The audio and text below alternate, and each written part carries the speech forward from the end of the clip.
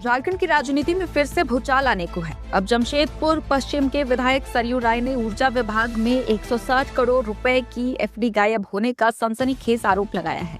विधायक सरयू राय ने social media पर ट्वीट कर ये दावा किया कि झारखंड सरकार के ऊर्जा विभाग की करीब 160 करोड़ रुपए की फिक्स्ड डिपॉजिट अचानक गायब हो गई है। सरयू राय के मुताबिक ये एफडी कैनरा बैंक और एक अन्य बैंक में जमा थी।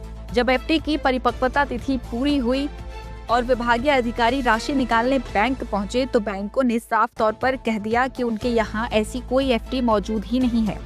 इसके बाद कई गंभीर सवाल खड़े हो गए हैं। क्या 160 करोड़ किसी ने निकाल लिए? किसके आदेश पर राशि निकाली गई?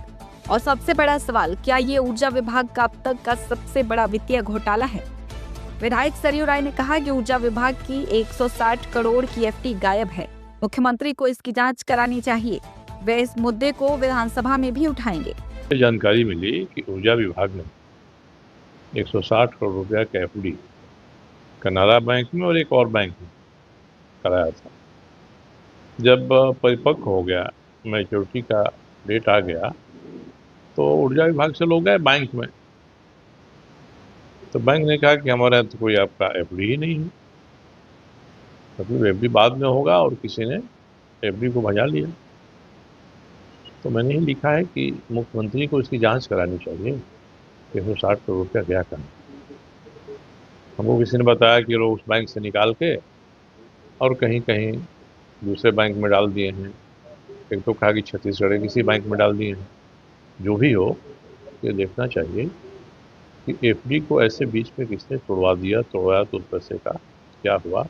और ऊर्जा विभाग की स्थिति तो इतनी बदतर है कि अगस्त के बाद से, जब से उसके secretary Avinash Kumar ji chief secretary हो गए, तब से उस विभाग में कोई सेक्रेटरी नहीं और किसी दूसरे अफसर को सेक्रेटरी का चार्ज भी नहीं दिया गया।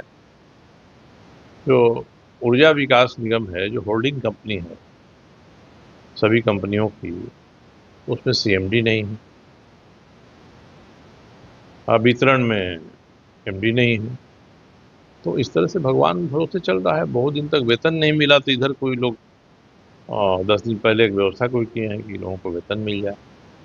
तो इस तरह से अगर ऊर्जा विभाग चलेगा तो ऐसा ही काम होगा, जिसके अनुसार आपका एफडी कोई तोड़वा लेगा, तो सही आदमी ने तोड़वाया ही, गलत ने तोड़वाया है। मगर बैंक में जहाँ एफडी किए थे वहाँ एफडी नहीं है। इसलिए जिसने बताने वाले ने कि 160 करोड़ रुपए की एफडी थी और आज नहीं है बैंक में, तो पहला तो बात है ना कि एफडी का हुआ क्या। किसी ने अगर एफडी को तोड़वा दिया तो कौन आदमी था। और जब तक कोई ऑथेंटिक आदमी बैंक को नहीं दिखेगा तब तक तो बैंक तोड़ेगा नहीं। तो जिसने भी तोड़वाया वो ऑफिशियल कैपेसिटी में तोड़वाया कि अपने व्यक्तिगत रूप से तोड़वाया। इसकी जांच करनी चाहिए। मैंने मुख्यमंत्री जी से ही कहा है कि इसकी जांच कराइए, कौन लोग संलिप्त हैं इसमें, और एफडी कैसे टूट गया, और टूटा तो पैसा कहाँ गया, पैसा कहाँ है, इसकी जांच होनी चाहिए। मैं इसको विधानसभा में उठाऊंगा, इस मामले को सवाल के तौर पर डालूंगा मैं। और ये विचित्र स्थिति है इस राज्य में, किस तरह से अनियमितता हो रही है, घोटाले हो रहे हैं, घपले हो रहे हैं। अब निगाहें टिकी हैं कि मुख्यमंत्री और सरकार की प्रतिक्रिया क्या होगी। क्या इस कथित घोटाले की जांच होगी या ये मामला भी फाइलों में दबकर रह जाएगा? मरादी लाइव के लिए जमशेदपुर से विनोद केसरी की रिपोर्ट।